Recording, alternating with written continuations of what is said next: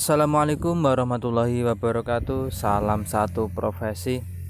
Nah, dalam kesempatan kali ini kita akan mengulas mengenai masalah utama pada tanaman bawang merah di musim penghujan.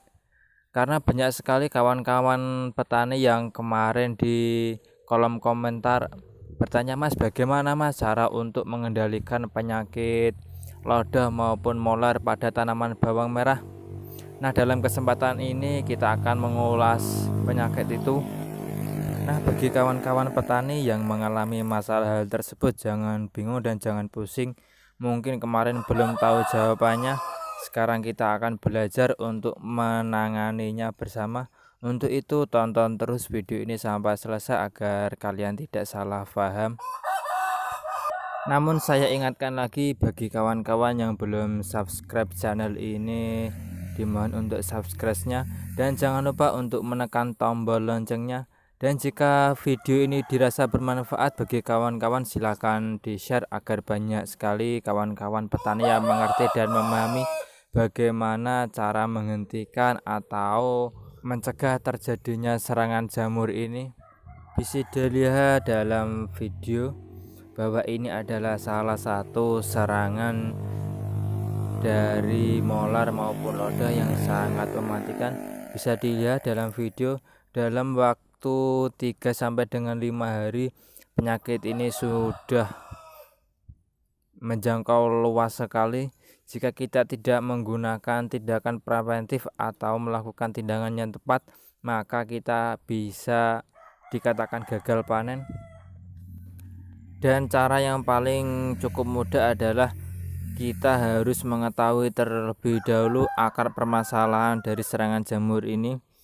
Penyakit molar ini disebabkan oleh jamur patogen Fusarium oxyp. Kita harus ketahui bersama bahwa serangan Fusarium atau jamur pada bawang merah ini dapat mengganas saat musim hujan, di mana curah hujan yang tinggi dan perkembangan jamur Fusarium dikarenakan kondisi lingkungan yang lembab sangat cepat.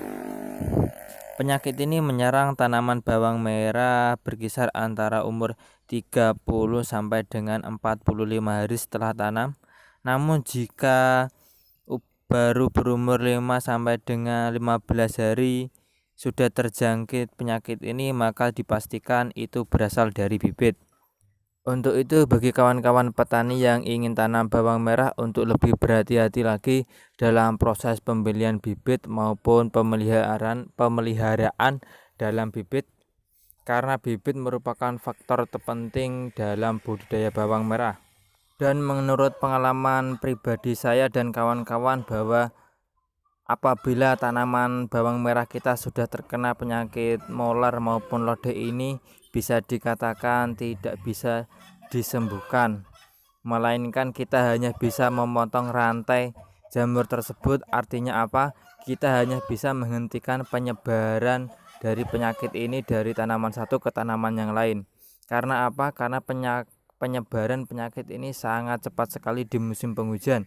Untuk itu tindakan preventif sangat dibutuhkan pada waktu musim penghujan seperti ini. Semoga kawan-kawan petani tidak ada tanamannya yang terserang oleh penyakit baik itu molar maupun lodoh.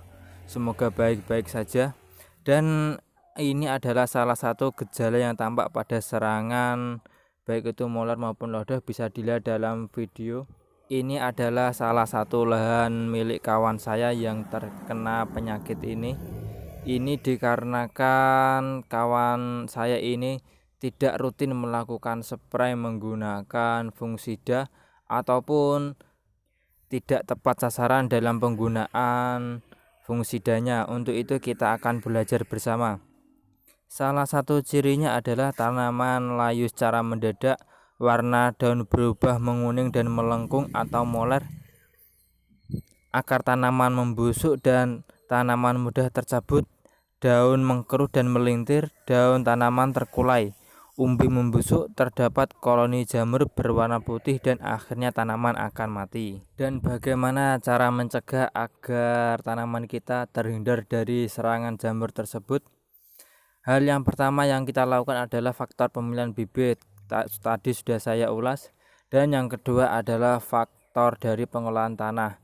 Kita harus benar-benar pastikan bahwa lahan yang akan kita gunakan dalam budidaya bawang merah harus sesuai atau memiliki bedengan atau kedalaman yang cukup dalam sekitar 25 sampai dengan 30 cm, dan itu pun harus dipastikan bahwa jika turun hujan yang cukup lebat, air bisa mengalir dan cepat kering agar tidak membuat lahan atau bedengan kita menjadi lembab.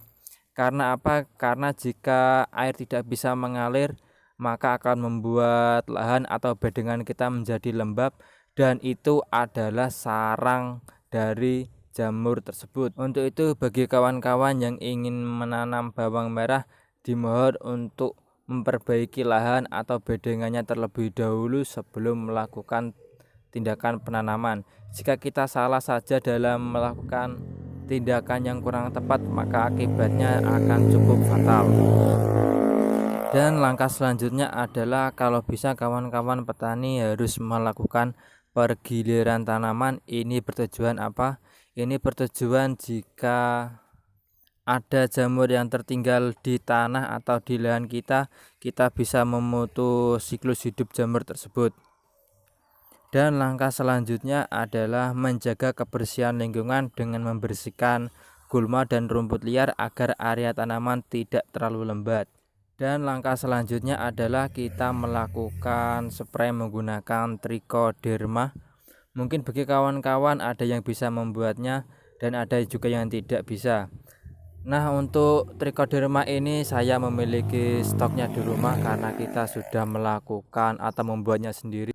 Karena trichoderma ini merupakan jenis agen hayati atau fungisida hayati yang berfungsi sebagai penangkal jamur jahat seperti jamur penyebab lodoh maupun jamur penyebab moler.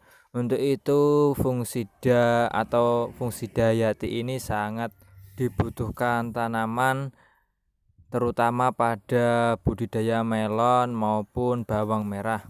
Untuk aplikasinya bagaimana? Untuk aplikasinya sendiri diusahakan 3 hari sebelum tanam dispray menggunakan trichoderma, dan aplikasinya kalau bisa setelah jam 3 sore, ini akan lebih efektif. Dan langkah yang terakhir adalah menggunakan fungisida kimia pada saat tanaman bawang merah berumur 15 hari. Nah, apa saja yang bisa kita gunakan?